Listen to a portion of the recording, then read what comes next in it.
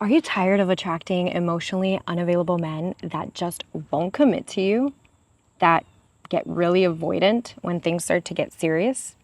If so, you're going to want to stick around because I'm going to show you 5 reasons why he's being avoidant, distant, and won't commit to you. And you're going to want to stick to the end because I'm going to help you find ways to soothe yourself when this is happening. Hi, Queen. My name is Joanna Sanchez, and if you're here, you're most likely a spiritually hungry woman that is ready to activate her feminine energy and attract healthy love. So if that's you, go ahead and click that subscribe button because you're going to want to stick around with this channel. My intention for this video is for you to find some peace of mind when this is happening in your life, because I know that when this happened in my life with multiple partnerships and multiple men that just wouldn't commit to me fully, I felt so lost. I felt so confused until I started to do what I'm going to share with you at the end of this video. But first, let's get into the 5 reasons why he's being avoidant, distant, and won't commit to you. Reason number 1. He has no idea how to process his emotions. As a man, he's probably struggling with connecting to his own feminine energy because, yes, men also need feminine energy in order to be more connected to their emotions and in order to be more vulnerable and to express those vulnerabilities.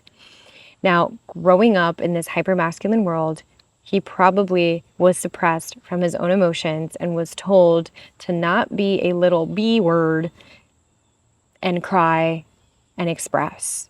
And so what has happened in our society is that many men have been completely suppressed from feeling. And so when things start to get intense and connection starts to get deeper, this man might actually distance himself because he has no idea what to do with the feelings that are arising, or he's experiencing numbness and disembodiment. Disembodiment is the inability to feel the certain sensations that are happening in your body. And so this happens through trauma, this happens through childhood wounds, this happens through past experiences of energy that was frozen in the body, emotions that were never fully completed that have created now so much tension in his body that he can't even feel his own emotions. And that's where he needs to go do some work. And it's not your job to try to heal this in him, which I know a lot of women want to be in that savior mentality of trying to heal a man. It's not your job to heal a man. It is your job to be a mirror to this man and to bring stuff up, but be really mindful of when you're playing that savior mentality and you're wanting this man to be something that he's not, or something that maybe he's not ready to be. Because truth is, not every soul is meant to evolve at the pace that other souls are meant to evolve at. And if you're a woman that's been doing the work or getting into the work, it's going to be natural that you're going to want a man that's actually doing the work himself too. And when you have that, that's where you can create a healthy dynamic. When somebody who's already aware, somebody who's already connected, somebody who's already done the work to heal that trauma, that's created this inability to connect to his emotions. Reason number 2, why he's being avoidant, distant, and won't commit to you.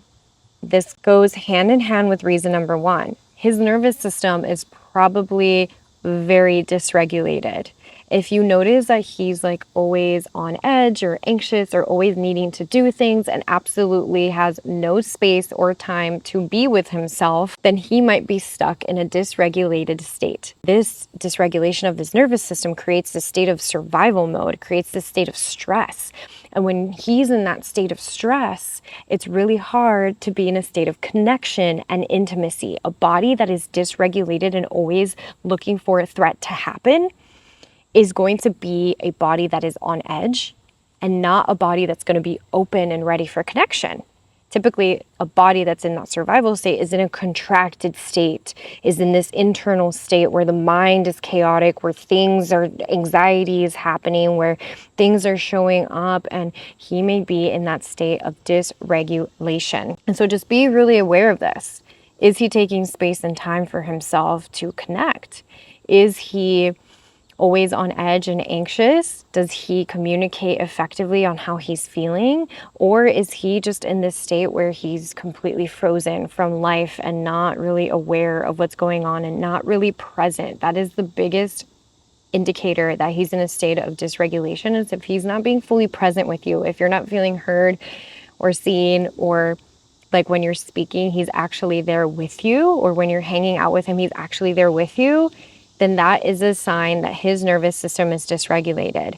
And so this is also the same invitation for you to not feel like you need to save him, but to be aware of what's actually happening. And at the end of this, I'm going to share something that is really going to help you navigate this tremendously, and you're probably going to see a deeper part of yourself through this that's going to help you heal and connect more to your feminine and actually attract the love that you want. So stick around. With the nervous system dysregulation, he probably doesn't feel safe to feel. So as soon as anything comes up, any certain emotions, he's going to suppress that down, because he's going to go into either that fight response where he gets like really agitated and irritable, or he's going to go into that flight response where he's going to be avoidant. He's going to create as much distance between you and him because he doesn't feel safe to feel what's actually coming up, and he doesn't feel safe to feel what is coming up when you share how you're feeling about the relationship. So maybe he's not used to that level of vulnerability, because he hasn't gotten to that level of vulnerability within himself. Reason number 3 why he's being distant, avoidant, and won't commit to you: he may be unsure of the relationship. He may be unsure if he actually sees a future with you. And I know that's a hard pill to swallow, but I have seen that many men that are unsure try to string women along because they don't have the courage to confront what they're feeling. Reason number 1. Reason number 2, right? They're dysregulated. They can't really feel. Or maybe they're feeling things that feel unsafe. And because he doesn't want to take space and time to confront what he's feeling, whether maybe there is a deeper connection, or maybe he's just feeling like, oh, this is actually not something that I feel is in alignment, or something that I feel I'm attracted to. Like, this person is not somebody that I feel attracted to. When he's feeling that, because he hasn't done the work to be able to have the courage to confront that, he's going to create distance from you, and he's not going to want to bring it up. And he most likely is going to keep as much distance from you until you make a decision, because he's not embodied in his masculine energy and his ability to lead the situation. So he will run from the situation instead. This just shows you that he is not a man that has embodied courage yet. And that's okay, compassion and love, because he probably has just not done the inner work that's necessary to embody that courage to confront things and to communicate his intentions and how he's feeling. And let me tell you, girl, that does exist. There are men out there that have done the work enough within themselves that can authentically communicate, hey, this is how I'm actually feeling about this connection. I'm feeling some feelings, but maybe something is telling me that this isn't meant to be something that I continue to pursue. So I'm still unclear, but I want to let you know where I'm at. A man that is embodied in his masculine, a man that has done the work within himself, will communicate with you and will never keep you in this state of questioning, because that man that understands his masculine also understands his feminine energy, and he's done the work enough to know that the feminine inside of him, as well as the feminine in the external reality, really thrives on safety from the masculine. And so he will know that his ability to communicate where he's at is going to create a safe environment for the feminine to know, and for her to not be questioning and trying to guess what he's feeling or where this is at. Because truth is, part of being a feminine being is that that will come up. And if he's done the work, he knows how to create a safe space for that to not happen, where you're not questioning and where you're not sure of where the hell this relationship is going. Reason number 4 why he's being avoidant, distant, and won't commit to you: he may not be ready for the level of depth that you crave. This is something that happened to me in a past relationship. I was in a 3.5-year relationship where I craved so much depth and so much intimacy, and he couldn't meet me there because he hadn't met himself there. And also, I took full-on responsibility. And at the end of this video, like I said, I'm going to share with you what helped me learn how to heal what kept attracting a man that couldn't meet me there, so that you can also heal that part of you and you can attract a man that can meet you there. But if he's not ready for the level of emotional depth and the level of passion and romance that you crave, this has nothing to do with you. And it also has something to do with you, like I said, which I'll share. But the part of it has nothing to do with you is he has not reached that level of intimacy within himself. And maybe his path in this life is to not go to those depths of romance and passion. Or maybe his soul came here to experience a partner that has a different level of depth that might not be the depth that you crave, right? This also gets into, I love getting into like astrology, and I love getting into energy blueprints, and it has really helped me through my circumstance with my last partner and astrology. It's really helped me understand that we all do have a different energetic blueprint. And for me, I am a Cancer moon, and your moon placement is your emotional placement. And so my emotional placement is in Cancer. And so I have a lot of really deep, watery emotions, and his placement moon wise was in Aquarius, and he's very emotionally independent, very into his own energy, processes on his own, where I was the opposite, and I was really watery, and I wanted to process together, and I wanted him to touch me and love me and feel me. And through that, I realized, even though the relationship was so beautiful and there wasn't toxicity, there was a different energetic blueprint. And he did not come here in this life, at least not right now, to experience the level of depth and intimacy and passion that I was craving. And so having to let that relationship go and do healing, which we'll talk about, then it helped me attract a man who is now a Pisces moon, which is also a water sign. And that has really created this beautiful synchronicity in the way that we relate to each other with our emotional processing and our unique energetic blueprint. So just remember, if he is not at the level of depth that you crave, there might just be a dissonance, a out of alignment energy between you guys. And if your energies are not matching with each other, that's something that you just have to accept and come home to and realize.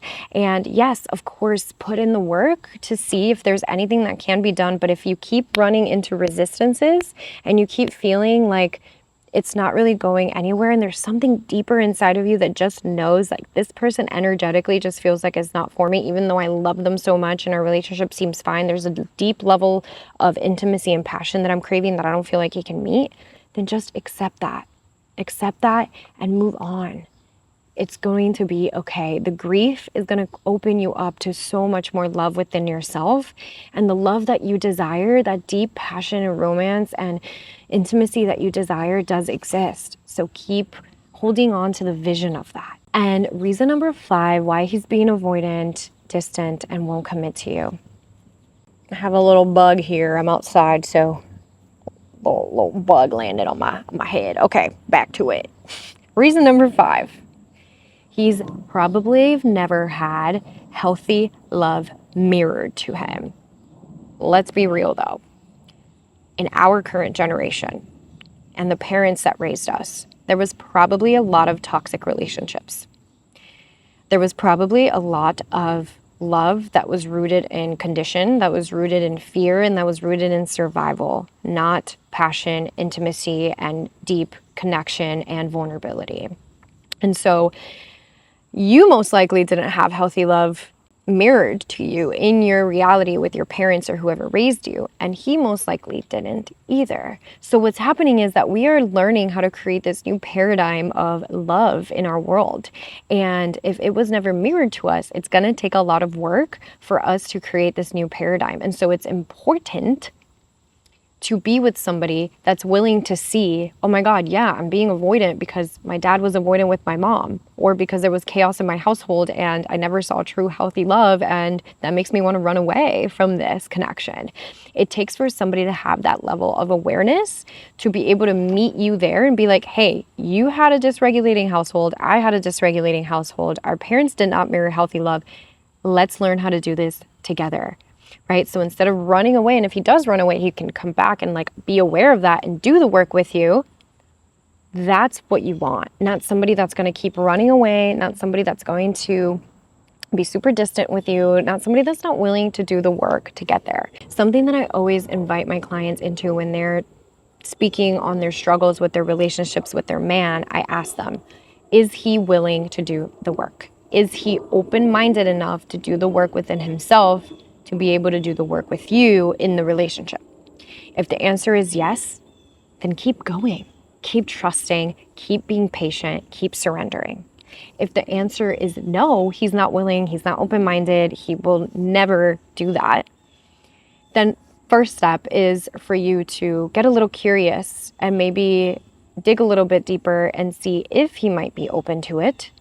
And if the answer is just a heck no, like you know for a fact, like you've tried and he is not open to going to therapy, he's not open to doing the work, he's not open to seeing himself on a deeper level, then that is your sign, especially if you're craving somebody that is going to be devoted to you. If you're craving somebody that's going to be devoted to you, it's important that they have spent some time being devoted to themselves.